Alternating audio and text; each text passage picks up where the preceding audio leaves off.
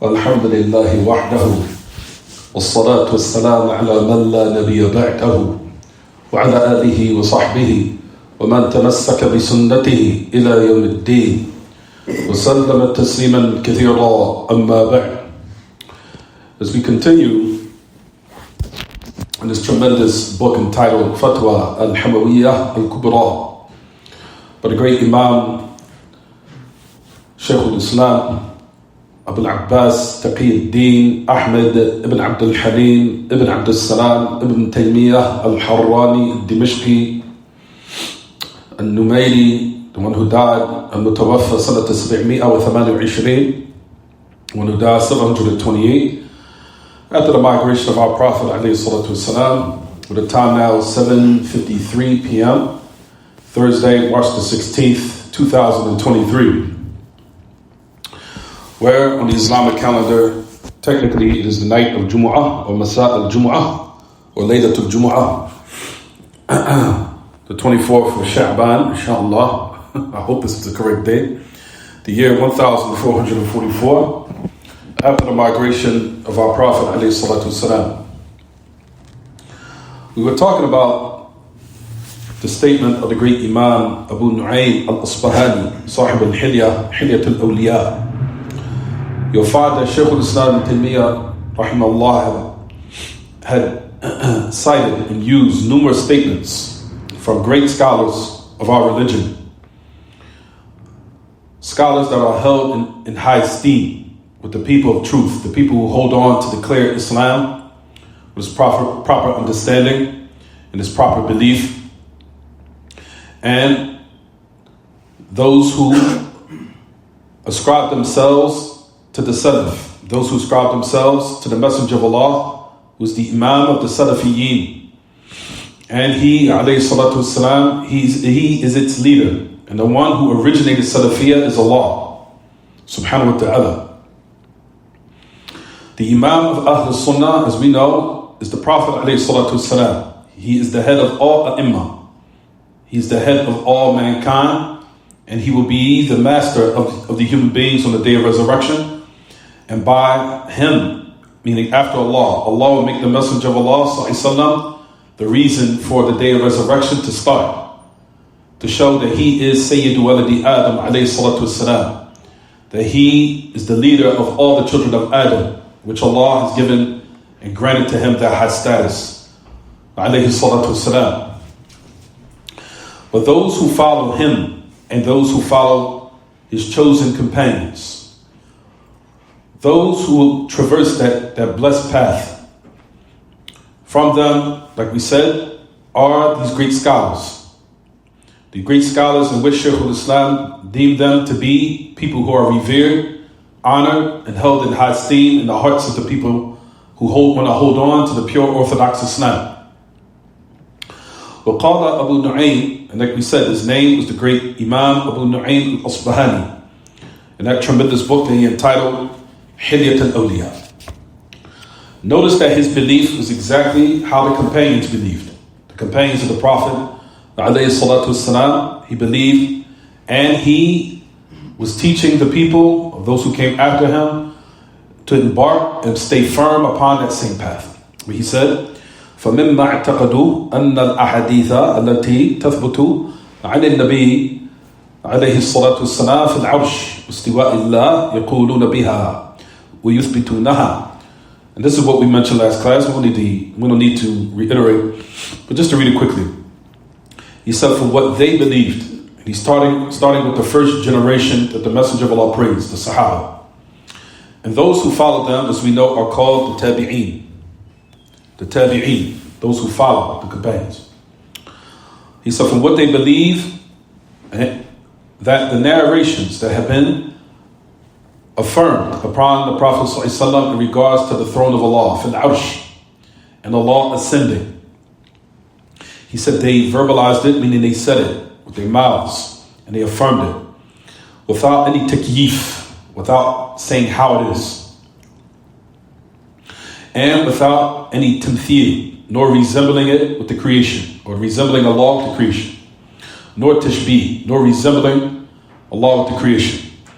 That Allah is ba'inu mi khalqih, that Allah subhanahu wa ta'ala is separate and distinct from His creation. Meaning that Allah is not mixed, nor did He merge with the creation. And like we talked about from the detrimental affairs, from these evil beliefs, is that Allah has merged with the devil. And that the devil is inside of Allah. Which is absolutely absurd. To believe that Allah subhanahu wa ta'ala became mixed with the creation, as you'll find that is the belief of what they call Ahl al-Hulul, or al-Hululiyun. The people believe that Allah became mixed with the creation, or the creation became mixed with Allah. Or those who believe that Allah subhanahu wa ta'ala is everywhere. What they call Ahl al-Hulul, or you can call them Ahl al-Ittihad. Ahl al-Ittihad. Ittihad meaning Allah. The word Ittihad meaning Allah became in unison or unified with the creation. Became one with them.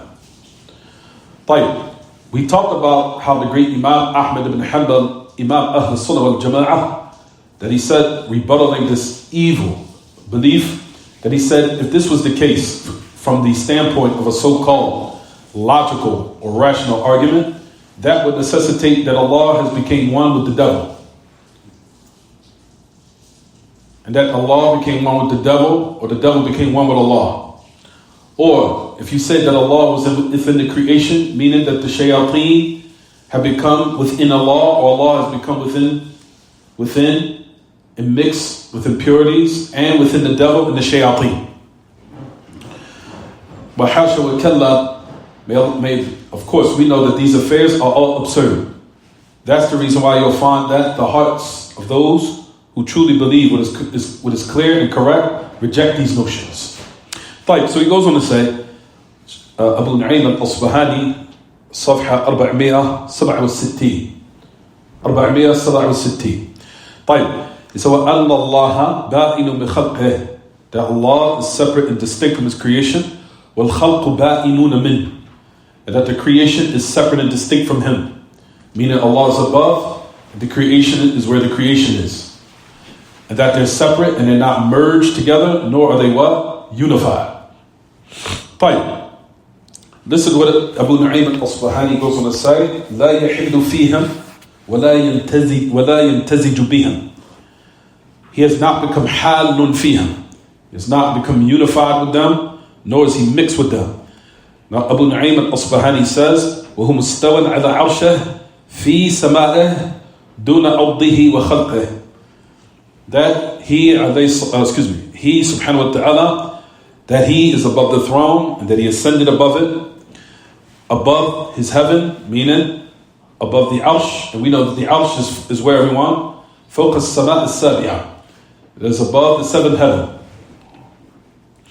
And he is not within the earth nor within his creation. That was the belief and the statement of, as we said, the great Imam Abu Nu'aym al-Asbahani rahimahullah. The Shaykh al-Islam cited his statement, and he brought his belief as a proof, showing that these affairs that he's upon are affairs in which those scholars of old believed. And like we said, the great Imam Abu Nu'aym al-Asbahani, that he lived in the 5th century. Shaykh al-Islam came about approximately 300 years later. And you'll find out all these matters that he's saying is exactly coincide with their statements. So let's keep going. So Shaykh al-Islam, he goes on to say, and he's bringing the rest of the statements of the great Imam Abu Nu'aym al-Asbahani. As he goes on to say, rahimahullah, وقال حافظ أبو نعيم في كتاب محجة الواثقين.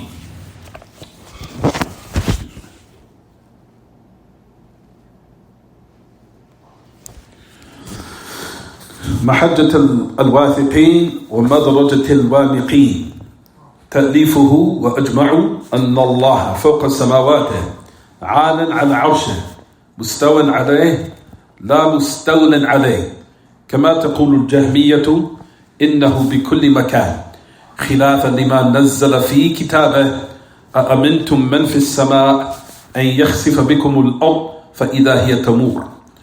وقوله سبحانه إليه يصعد الكلم الطيب والعمل الصالح يرفعه.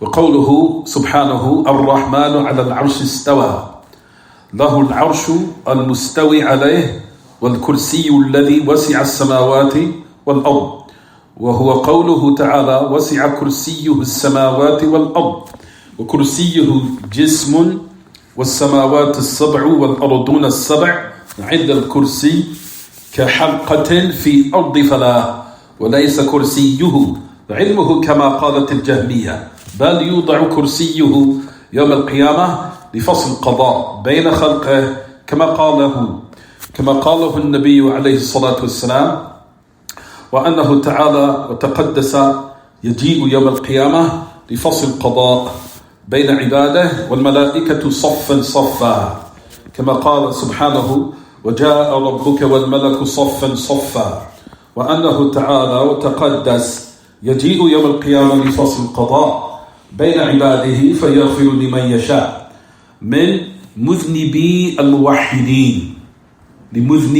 الموحدين ويعذب من يشاء كما قال تعالى يغفر لمن يشاء ويعذب من يشاء.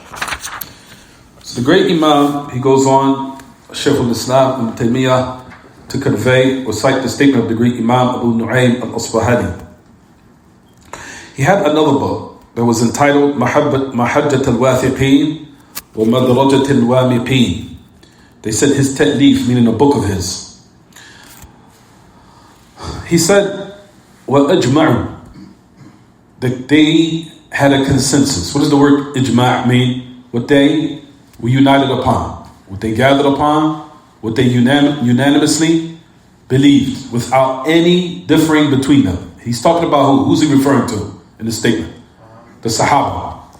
He said, أجمعوا, they had a consensus, meaning the Ashab al-Nabi sallallahu alayhi wa sallam. بلا اختلاف ما بينهم في هذا الأمر فهم مجتمعون على هذا الشيء. He says وأجمعوا, they all believed without any khilaf that Allah is above the seven heavens, that Allah is above the throne, that Allah ascended above it, nor do we say He conquered it. We do not say that. وَلَا مُسْتَوْلًا عَلَيْهِ. We don't say He conquered it. Why is He saying this here, everyone? Because the word conquered in the Arabic language means that the throne was in the possession of someone else and Allah had to get it back. Is it clear? محمد أنت معي لست معي متأكد ولست متأكد 100% كل التأكد وبعض التأكد. So he said that he did not conquer it because the word conquered in the Arabic language necessitate that the throne was in the possession of someone else and Allah had to get it back, which necessitates imperfection and a weakness within our Lord. So now you find a reason of why he said وَلَا مُسْتَوْلًا عَلَيْهِ, nor did Allah dominate it or conquer it. Is it clear? He said, just as the Jahmiyyah says, they say that He is in every place. إِنَّهُ بِكُلِّ مَكَانٍ. They say He's everywhere. He says, in contrast to what Allah has revealed in His book, as Allah subhanahu wa ta'ala says, أَأَمِنْتُم مَنْ فِي السَّمَاءِ أَنْ يَخْسِفَ بِكُمُ الْأَرْضِ فَإِذَا هِيَ تَمُورُ. Do you believe in the one that is above the heavens? As we mentioned last class, everyone, what did we say last class? In last night's class. That we said that the word sama, أَأَمِنْتُم مَنْ فِي السَّمَاءِ, meaning أَأَمِنْتُم مَنْ فِي الْعُلُومِ, يعني فوق العرش. ويطلق لفظ السماء على العرش. This is a benefit that I want everyone to write down. Do you believe in the one who's above? Or, if you want to say, the one who's above the throne. The great Imam Muhammad al-Jami, rahimahullah, he said, وَيُطْلَقُ لَفْظُ السَّمَاءِ عَلَى الْعَرْشِ. The word sama in the Arabic language can be used for the throne. The throne. Anything كل ما يرتفع ويعلو فوقك يسمى سماء في العربية. Anything that's high above you in the Arabic language is called what? Sama. Anything that's above or that's high, lofty. It's called sama. From those affairs that are above the creation is what? The throne of Allah. So the word sama in the Arabic language could be utilized for whatever we want. The arsh, the throne of Allah. And what you said. That's also correct. طيب. It said, أأمنتم من في السماء معنى ذلك وبعبارة أخرى من على السماء. Do you believe of the one who's above السماء? والمراد السماء إيش؟ العرش. Do you believe, or what is intended, do you believe in the one who's above the throne? Because we believe that Allah is where everyone, Allah is above the arsh. It's above the throne. Fine, so let's keep going. We just read the statement of the great Imam Abu Nu'aym al-Asbahani in that book. He's mentioned and said the statement that Shaykh al-Islam cited by him saying, أَأَمِنْتُمْ مَنْ فِي السَّمَاءِ أَنْ يَخْسِفَ بِكُمُ الْأَرْضِ فَإِذَا هِيَ تَمُورُ. We just mentioned that. إِلَيْهِ يَصْعَدُ الْكَلِمُ الطَّيِّبُ. To Allah ascends the good word, وَالْعَمَلُ الصَّالِحُ يَرْفَعُ. And the good deeds raises it. So Allah subhanahu wa ta'ala has clearly said that the good word ascends to Allah. Ascends to Him. If Allah is everywhere, why does the affair pertaining to ascension of the righteous actions go up until it says here to Him? Which necessitates what everyone? That Allah is what? أَنَّ اللَّهَ عَلَى عَرْشِ فَوْقَ عَرْشِ. That Allah is above. طيب, now listen to this. He goes on to say, Allah Allahul Arsh al-Mustawi alayh wal-Kursiyu alladhi wasi'a as-samawati wal-ard wa huwa qawluhu ta'ala fi Surah Al-Baqarah ayah 255 wasi'a kursiyuhu as-samawati wal-ard. He said, to Allah belongs the throne in which He ascended above it, and the kursi, as we talked about before in previous classes, which means what? كما قال ابن عباس موضع القدمين, the places of the 2 feet of Allah Ta'ala, in which the kursi, not the arsh, not the throne, the kursi, which, like we said, encompasses everything in the heavens and earth. It is the statement of Allah Ta'ala in Surah Al-Baqarah, ayah number 255 that we know, which is called ayah, what everyone? Al-Kursi. Ayah Al-Kursi. That His kursi, that it what? Encompasses everything in the heavens and earth.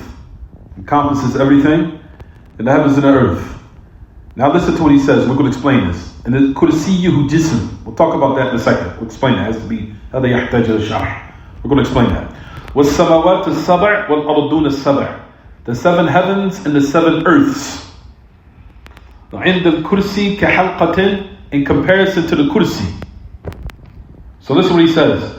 The 7 heavens and the 7 earths, in comparison to the kursi, كَحَلْقَةٍ فِي أَرْضِ فَلَاةٍ. He said it's like the ring, or that iron ring, that's thrown in the middle of a what? Desolate desert. So all the heavens and the earth, and its size, of what we perceive is so-called huge, to the point where, in one's lifetime, can never even begin to scratch the surface of the distance of it. The comparison of it to the kursi of Allah is like what? كَحَلْقَةٍ مِّنْ حَدِيدٍ أُلْقِيَتْ فِي أَرْضِ فَلَاةٍ. It's like the ring, or that brass ring, or that ring of steel that is thrown in the middle of a desolate desert. So what we perceive as being so huge in regards to the greatness of Allah, meaning the kursi, not Allah Himself. This kursi is what? Something that is very minute, meaning the heavens and the earth. Of what a person, like he said, in a lifetime can even begin to scratch the surface of his distance. And all those affairs in comparison to the footstool of Allah is something that small. If that's the kursi of Allah, what about the arsh? And if that's the arsh, what about Allah? Is it clear, everyone? Like, so what are we saying here? He's saying, وَلَيْسَ كُرْسِيُّهُ عِلْمُهُ كَمَا قَالَتِ الْجَهْمِيَّةِ. He said, we do not say that the kursi of Allah is His knowledge. Just as the Jahmiyyah says. بَلْ يُوضَعُ كُرْسِيُّهُ يَوْمَ الْقِيَامَةِ. Now listen, this is what we said last class. We said this. Rather, His throne will be brought and it will be put on the day of resurrection, And it will not be brought in order for Allah to establish the justice between His servants, to judge between them. Fasl qada, for the affairs of judgment to start. And that the throne of Allah will be what? Put in front of the creation. And Allah subhanahu wa ta'ala will be put, the throne of Allah will be put for the creation to see, and Allah will be above what? Above the arsh. Allah will be above the arsh. It says, وَكُرْسِيُّهُ, it doesn't say عَرْشُهُ. كُرْسِيُّهُ وَعَرْشُهُ. I just need to correct that. I'm going to bring the idah, don't worry. I'll bring the extra detail now. يَوْمَ الْقِيَامَةِ لِفَصْلِ الْقَضَاءِ بَيْنَ خَلْقِهِ. That in order for the judgment to start between the creation. Just as the Messenger of Allah ﷺ mentioned, عليه الصلاة والسلام, وصلوات الله وسلامه وبركاته عليه, that he says, وأنه تعالى وتقدس يجيء يوم القيامة لفصل القضاء بين عباده والملائكة صفا صفا. That Allah subhanahu wa ta'ala, Messenger of Allah informed that Allah ta'ala wa taqaddas, maybe of course Him being high and Him being all glorified and praised, the mighty and majestic, will come on the day of resurrection to commence and start what? The judgment between everyone. And the angels will be in ranks. The angels will be ranks upon ranks. Saffan Saffa. Right. The hadith in this regard, if you'll find everyone, the hadith of the great Sahabi Tha'laba ibn al-Hakam رضي الله عنه الذي رواه الطبراني في المعجم الكبير. He says في المدخل, البيهقي, إلى السنن الكبرى. Why didn't he say Bayhaqi? He said Tabarani. Bayhaqi. There it is. أن رسول الله صلى الله عليه وسلم قال يقول الله تعالى للعلماء يوم القيامة إذا قاعد على كرسيه لقضاء عباده إني لم أجعل علمي وحكمي فيكم إلا وأنا أريد أن أغفر لكم على ما كان فيكم ولا أبالي.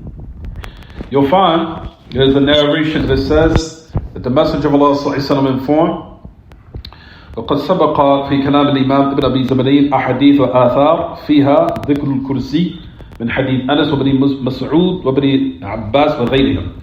But anyway, this narration is affirming the kursi and the arsh of Allah. Allah subhanahu wa ta'ala will say to the scholars, للعلماء, on the day of resurrection, and it says that He will be upon or above the kursi, لقضاء عباده, that He will be in order to judge with His servants, or to start the judgment of His servants. Inni lam aj'al ilmi, I did not make my knowledge or my ruling amongst you except that I want to forgive you. I want to forgive you upon of what is amongst you, and I do not mind. The affair of what they're trying to affirm here is what? The kursi of Allah subhanahu wa ta'ala is established. Until the point where the great Imam Abu Nu'aym al-Asbahani said that also it will be brought, and the throne of Allah also on the day of resurrection, of course, will be brought, and Allah is above the throne. And we do not say that the throne is Allah's knowledge, just as the distortions of the Jahmiyyah says. It says that the great Imam Abu Nu'aym al-Asbahani, he said that the kursi also will be put on the day of resurrection in order for the commencement of the day of resurrection and the judgment to start. Alright, then it's now turn to the explanation. So let's keep going, everyone. Y'all want to share? Shaykh about Muhammad. Y'all want to share Muhammad? Are you good? Okay, let's keep going. Right. The great Imam, Shaykh Muhammad al-Jami, rahimahullah, he goes on to say this. So we can read this quickly. He said, they have a consensus, meaning the Salaf. We talked about this already. Meaning that the companions of the Messenger of Allah were unified. They did not differ in this belief. What's the belief? That Allah is above the seven heavens, and He's above the throne. This is a transmission for the consensus amongst the companions, just as it's already preceded. That Allah is above the seven heavens, above the throne, and we talked about the hadith of Suhaib al-Rumi, the great Sahaba, that even when the inhabitants of paradise have taken their dwelling places, that Allah subhanahu wa ta'ala will remove the hijab. Remove the hijab, which is light, and they will be looking up. Salamun qawlan min Rabbir Rahim. As it says, Allah subhanahu wa ta'ala will speak to them and they will understand it clearly. Which is another belief that Ahlul Sunnah affirm that Allah speaks in a manner that's understood, meaning with a voice and with letters. It says, Salam qawlan min Rabbir Rahim. Is it clear, everyone? Salam's qawl, statement from Rabbir Rahim. For that statement, which is clear, Suhaib al-Rumi says in the hadith, says that Allah subhanahu wa ta'ala will say to the inhabitants of paradise when they enter it and they have taken their dwelling places, meaning what they will be in that place of bliss forever, eternally, where it says, هل تريدون شيئا أزيدكم عفوا هل تريدون شيئا أزيدكم قالوا ألم تبين وجوهنا ألم تنجنا من النار وأدخلتنا الجنة فينزع الله الحجاب. Allah subhanahu wa ta'ala, as it says in the hadith, Suhaib al-Rumi said, Allah subhanahu wa ta'ala was saying to the inhabitants of paradise, is there something I increase you in? They will say, didn't you not whiten our faces? Didn't you not save us from the hellfire and enter us in paradise? And Allah subhanahu wa ta'ala will give them something which is way better than what they are in of eternal bliss. What could be better than that? Except that Allah will remove the hijab. He said, فَمَا أُعْطُوا شَيْئًا أَحْسَنْ مِمَّا يَنْظُرُ إِلَيْهِ. Or as they say, they will not be given anything of bliss and ultimate enjoyment and delight more than what they will obtain by looking at Allah subhanahu wa ta'ala. Meaning, by looking at Allah, the affair of the heart, where the enjoyment of the heart will take place, along with the physical enjoyment, which is by dwelling in paradise forever. So Allah subhanahu wa ta'ala will give them the enjoyment of the heart, which is above every bliss you can think of. That affair of what we just said also coincides that when Allah removes the hijab, they will be looking up. It says, فَيَرْفَعُونَ رُؤُوسَهُمْ, that when Allah removes the hijab, they'll be looking up, which is to let you know that Allah subhanahu wa ta'ala is what, everyone? He's always above. Always above the creation. In every circumstance, He's above. Right, so it goes on to say, وَلِأَنَّ الْإِسْتِلَاءُ السُّلْطَانِ وَالْهَيْمَنَةِ فَهَذِهِ الْمَعَانِي لَيْسَتْ خَاصَّةً بِالْعَرْشِ. He said, for the affairs of what is considered conquering or dominating, or all those matters or all these meanings, we know that it's not specific for the Arsh. Now what is he saying? To say that Allah dominated or conquered or attained His authority, وَلَهُ الْمُلْكُ, those affairs are what? We say that Allah never had to conquer anything. Like we said, these meanings are negated. Why? To say that something has to be conquered or dominated necessitates a weakness in regards to Allah. Meaning that it was in the possession of someone, He had to fight them to get it back. And all these affairs are what? Considered absurdity. Absolute absurdity, and one that would say and utter this nonsense. Because it would necessitate that Allah subhanahu wa ta'ala has some type of imperfection. Rather, we know from the characteristics of Allah is what, everyone? Al-Mulk. وَلَهُ الْمُلْكُ التَّامُ. Allah belongs to Him everything in the heavens and the earth.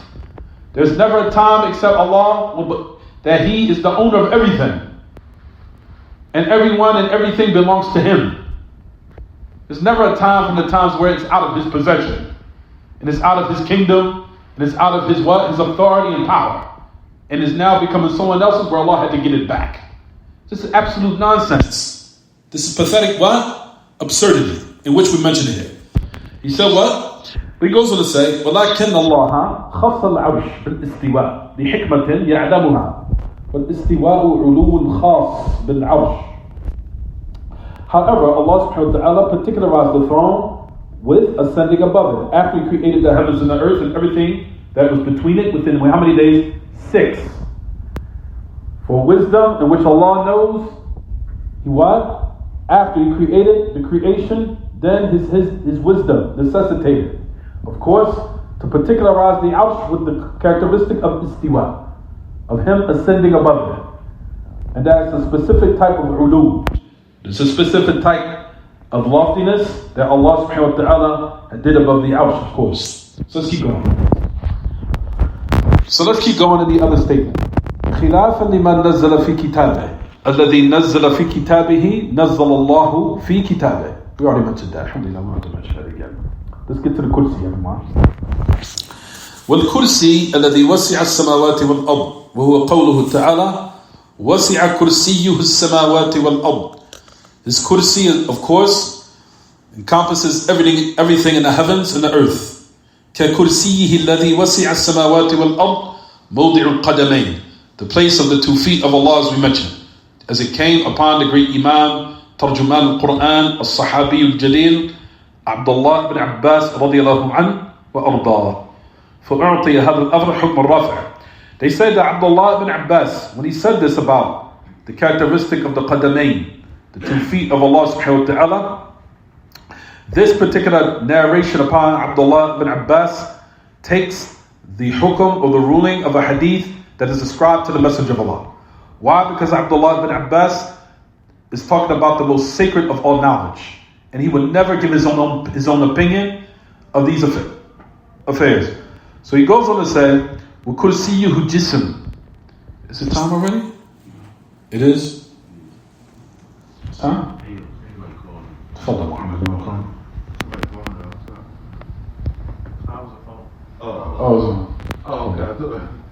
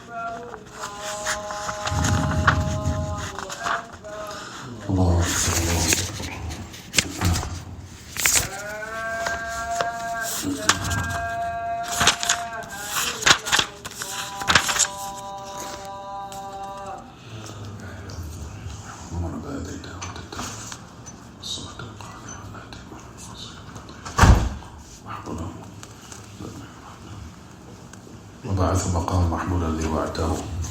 طيب. Don't have to preach.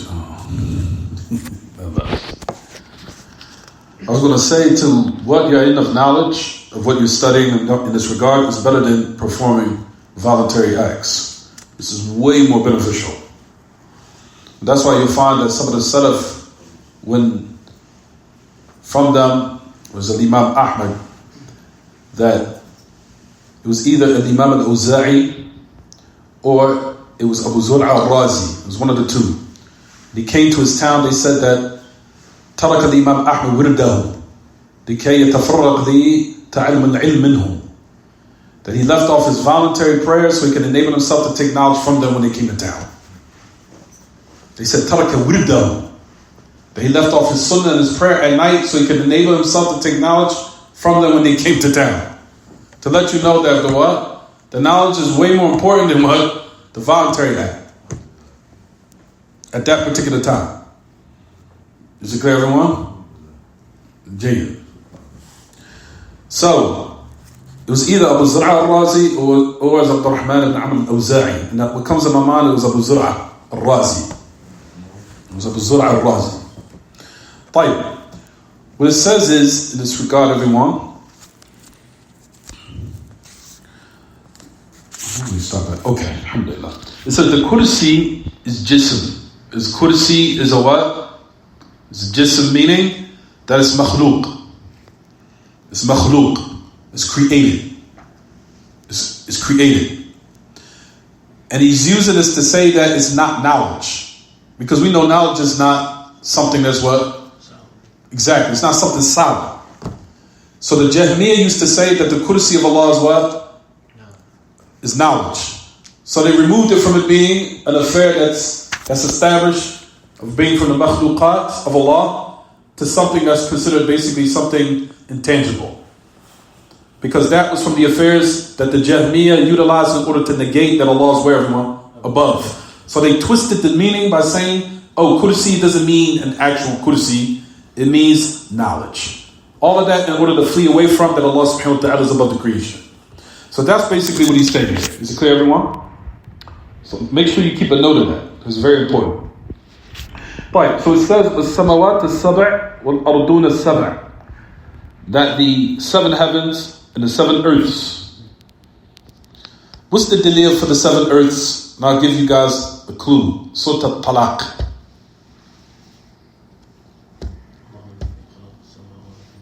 Say that for me. You're forgetting to put it the ayah. وَمِنَ الْأَرْضِ يَتَنَزَّلُ الْأَمْرُ لِتَعْلَمُوا جَيِّد. Last ayah in Surah Al-Talaq. الله الذي رفع السماوات والأرض. I think it's that. Excuse me. That Allah created سبع سماوات وَمِنَ الْأَرْضِ مِثْلَهُنْ. They created seven heavens and seven earths similar to it. وَمِنَ الْأَرْضِ مِثْلَهُنْ يَتَنَزَّلُ الْأَمْرُ بَيْنَهُنْ لِتَعْلَمُوا أَنَّ اللَّهَ عَلَى كُلِّ شَيْءٍ قَدِيرٌ وَأَنَّ اللَّهَ قَدْ أَحَاطَ بِكُلِّ شَيْءٍ عِلْمًا. Last ayah, Surah Al-Talaq. Read it for me again, Muhammad. Is anybody? Any Muhammad? Kila al-Muhammadain.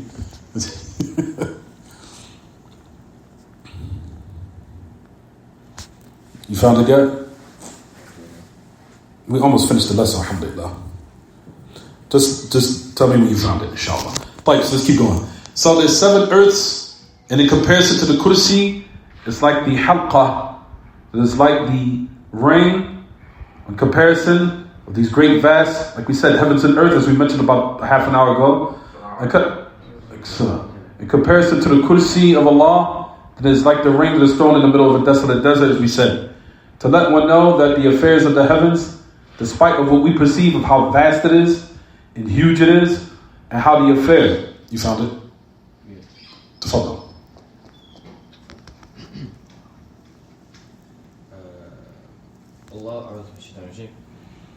الله الذي خلق السبع سماوات ومن الأرض مثلهن يتنزل الأمر بينهن لتعلموا أن الله على كل شيء قدير وأن الله قد أحاط بكل شيء علما. الله الذي خلق السبع سماوات ومن الأرض.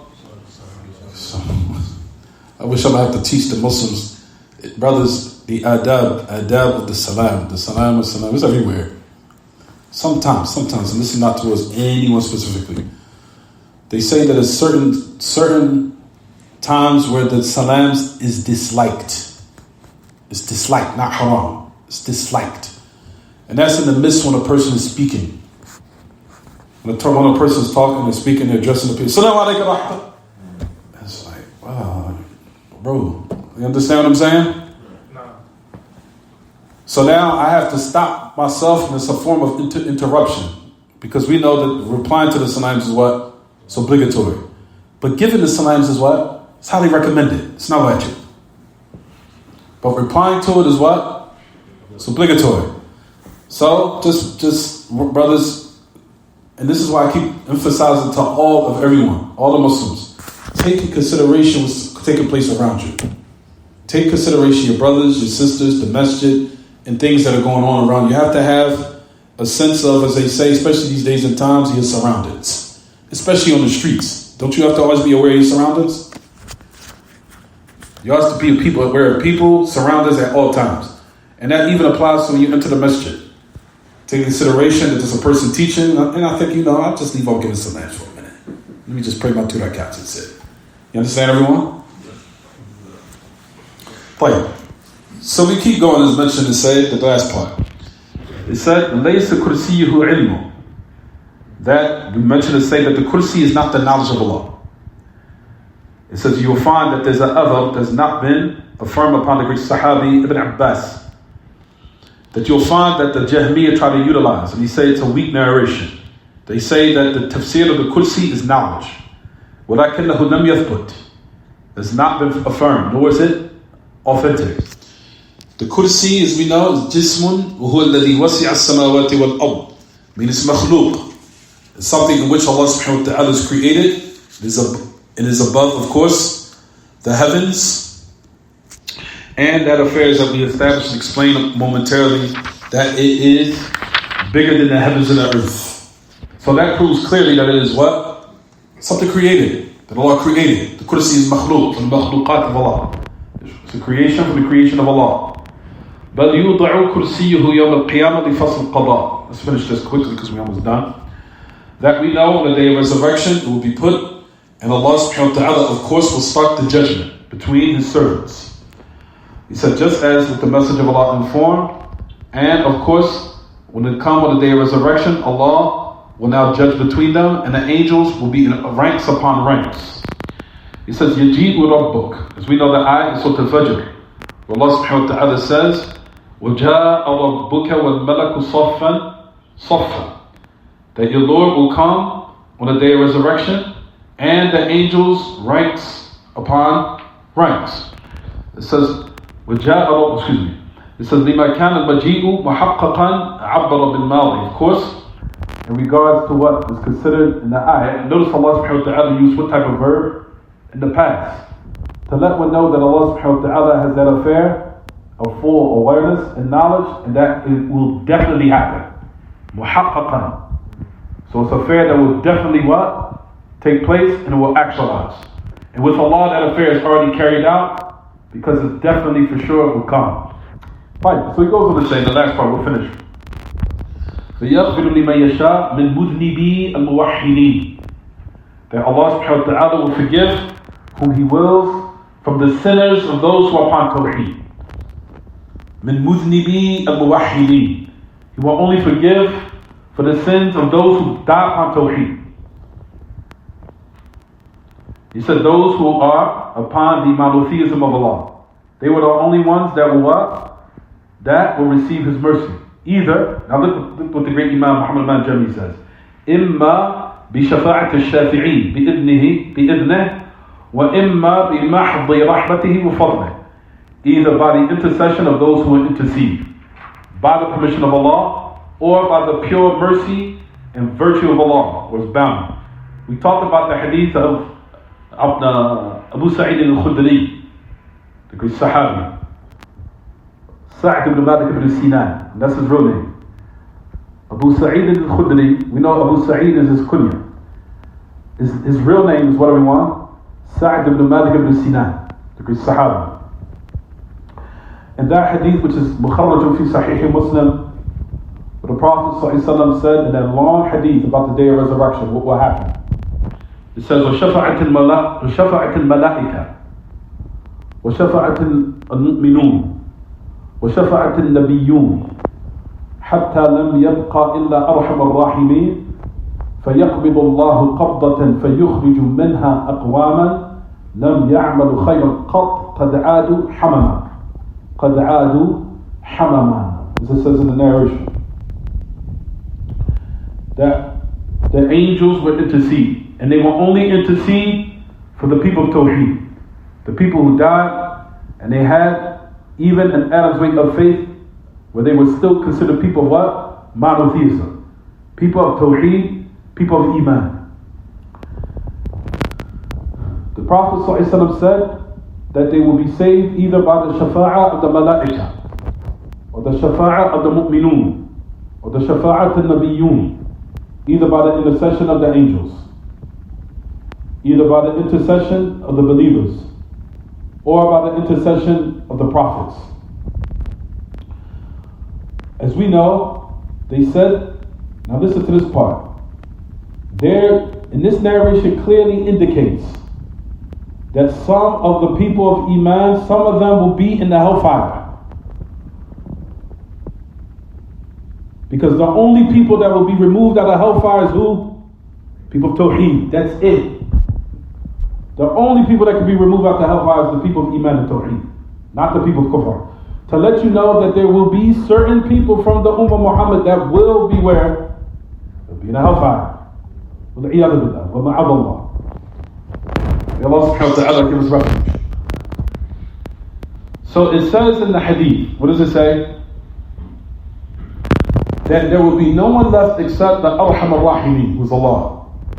He said that Allah will grip a grip, and He will remove by people who what? Who died, of course, and they did not do any good at all. فَيُخْرِجُ مِنْهَا أَقْوَامًا لَمْ يَعْمَلُوا خَيْرًا قَطْ. They did not do any good at all, and they became burnt up to cinders. They became burnt to cinders. To let you know that the only people who will be removed, is like we said, is what everyone? It's the people of monotheism. طيب. Go back to the statement of Abu Nu'aym al-Asbahani. Read it. He says, فصل القضاء عفوا, that Allah فيغفر الله ويغفر الله لمن يشاء من مذنبي الموحدين, from the sinners of those who die upon Tawheed, based upon those details that we gave. And the only people that will be forgiven is the people of Tawheed and the people of Iman, even if it's an Adam's way. As we will find that the narrations say, go back and take out of the hellfire those who have what? An Adam's weight of faith. And then Allah subhanahu wa ta'ala will say, go back and take out of the hellfire who's what? Who has a mithqala dharra min al-iman, who have an Adam's weight of faith. Take them out of the hellfire. طيب. Those affairs are only to show that what everyone, the people who be removed from the hellfire are the people of Iman and the people of Tawheed. That's it.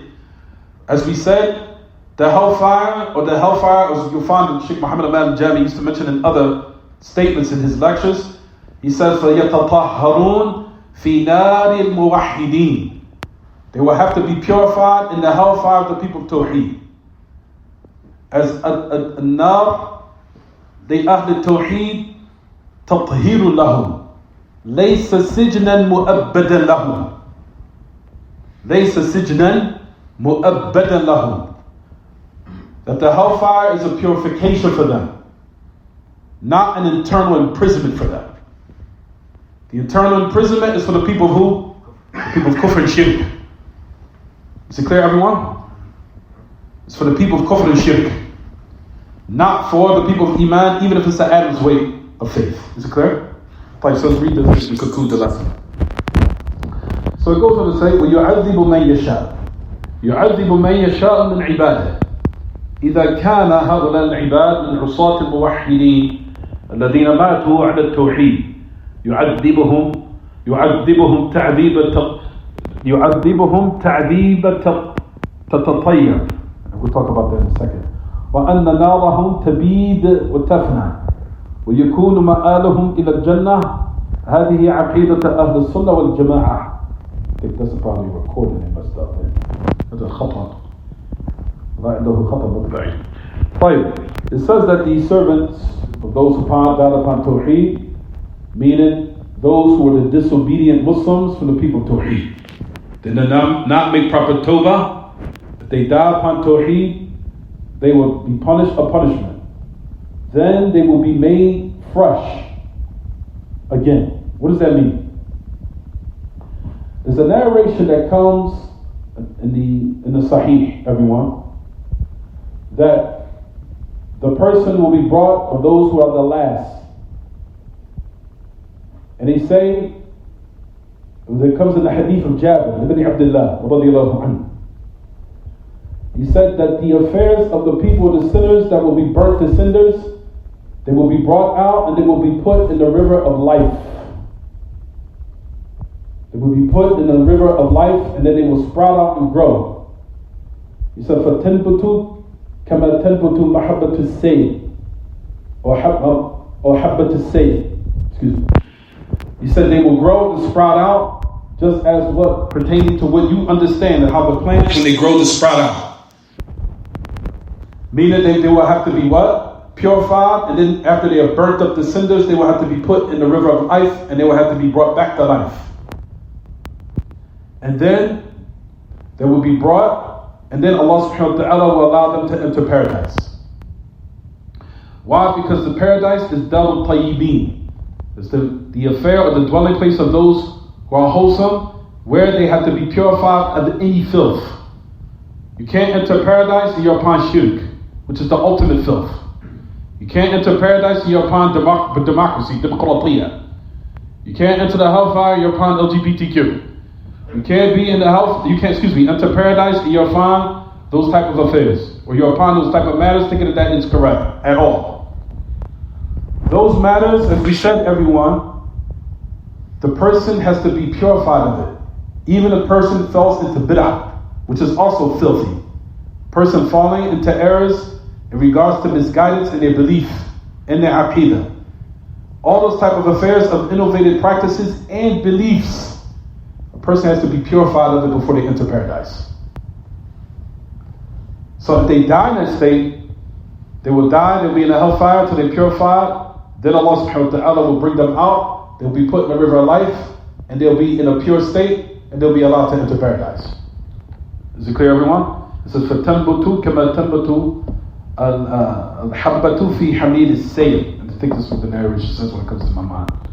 He said basically how the sprouting of the plant, when it grows, that's similar to how the person will grow when they are put in the river of life, and then they will sprout and grow.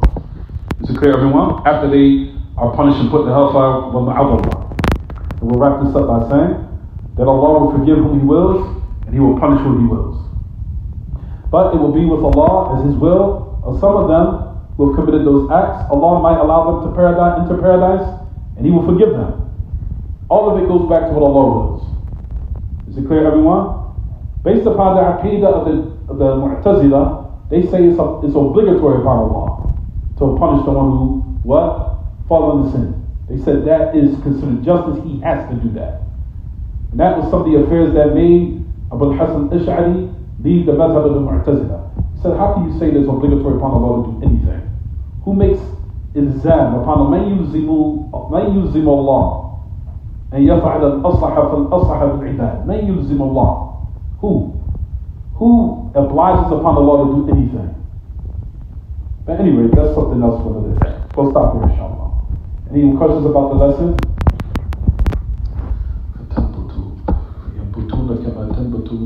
I have to go back to the narration. Anyway, any questions about the lesson? Anyone, so we can stop and pray? Allah.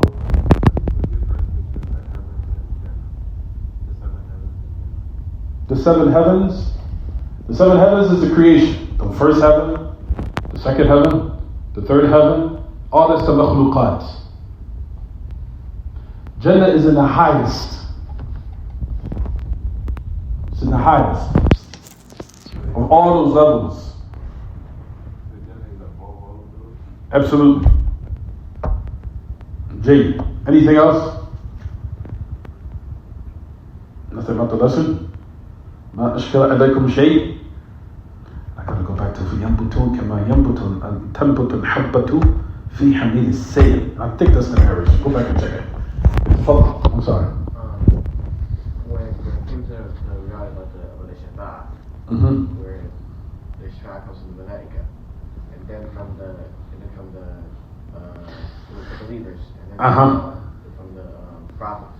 But here in the narration is what? It's not thumma. There's no tartib. Okay, I was asking. No. Is there like a? This is وشفعت الملائكة وشفعت النبي وشفعت المؤمنون حتى لم تبقى ولم يبقى إلا أرحم الراحمين.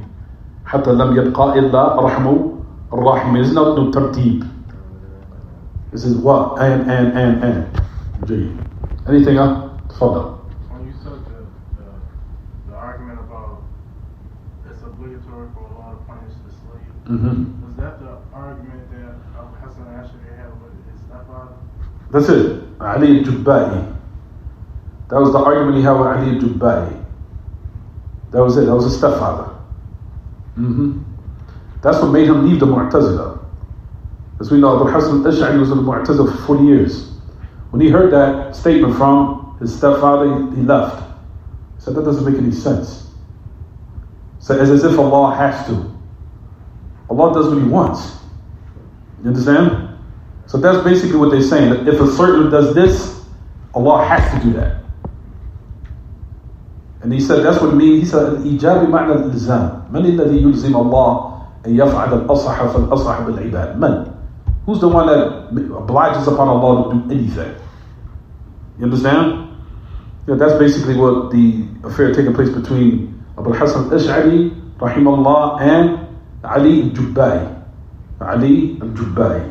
Anything? Tafadal. No, you mentioned that the Jahmiyyah, they're the one that likes to